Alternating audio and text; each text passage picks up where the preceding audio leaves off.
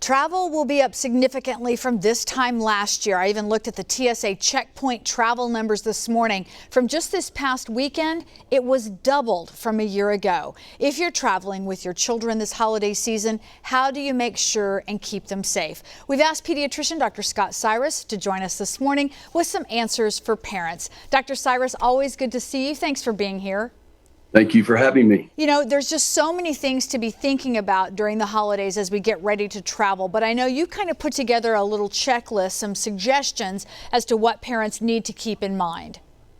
Yeah, you know, when traveling with children, it's hard enough. Now traveling with children in a pandemic is even, twice, if not more, difficult. And so you definitely want to look at the numbers where you want to be going. If you're going to go out of the country, or if you're going to go into a certain area of the country, look at their pandemic numbers and see if they're not on the rise. Maybe it's time to change your plans or something at this point in time. Always think about washing your hands, watch your distance. Wear a mask. It's always important. Obviously, if you're traveling on planes or trains, things along this line, that you're going to be traveling with a mask, especially if your child's 2 years of age and older. Be sure you have plenty of hand sanitizer, extra mask. The strings break, all kinds of things happen. So you need extra mask. And of course, remember, don't forget that with your hand sanitizers or anything along those lines, that there is a rule on planes that you can't have more than 3.4 ounces or 100 milliliters size containers. So don't get caught like that.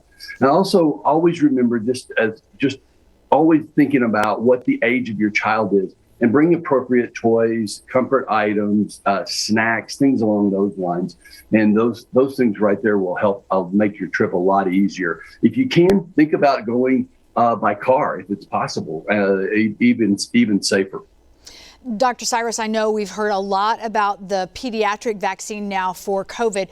Let's talk a little bit about that. Say your child was vaccinated this week. Will they have the protection for traveling next week?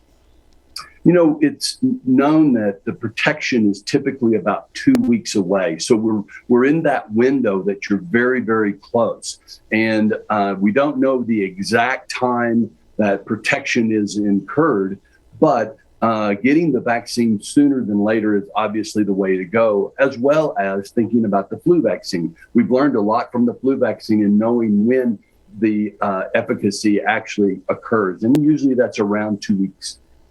This was something that I've been thinking about. If families want to get together, no doubt about it. But what if you have a newborn or a very young child? What should parents consider when they're dealing with relatives?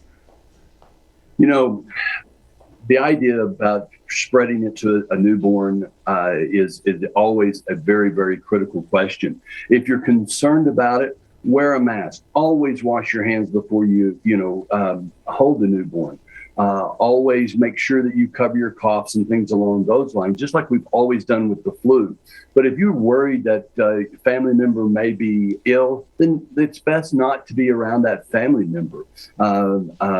FaceTime, Zoom, things like that can be a way of spreading the cheer during the holiday season, and yet keeping your child safe. I know it's very, very hard. I'm curious, have you been hearing parents talk about their kids and asking about the vaccine? What are some of the questions that you're hearing? Well, of course, is it safe? Is it efficacious? And the answers to both of those are yes. And you can get the flu vaccine as well as the COVID vaccine at the same time.